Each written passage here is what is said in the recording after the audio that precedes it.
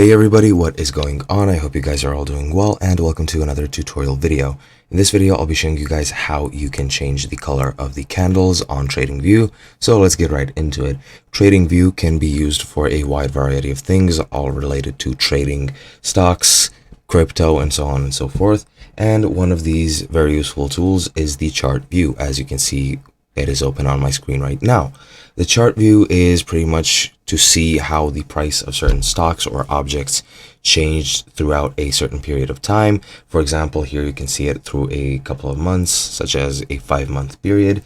And as I've said, it is very, very useful. Now, what you can see in this chart, aside from the volume indicator, I'll just delete that right quickly because I do not need it for this tutorial.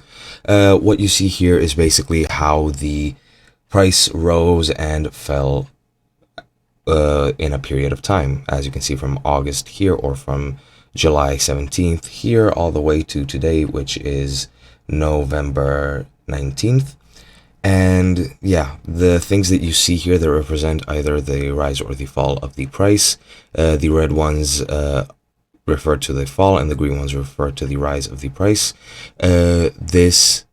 These objects are candles, and there is a way to change their color.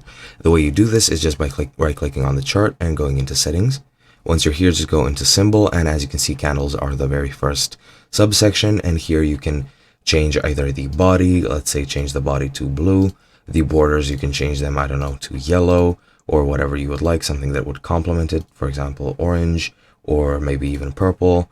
You can change the actual wick to, I don't know, pink or something like that. You have a very wide variety of options which you can use.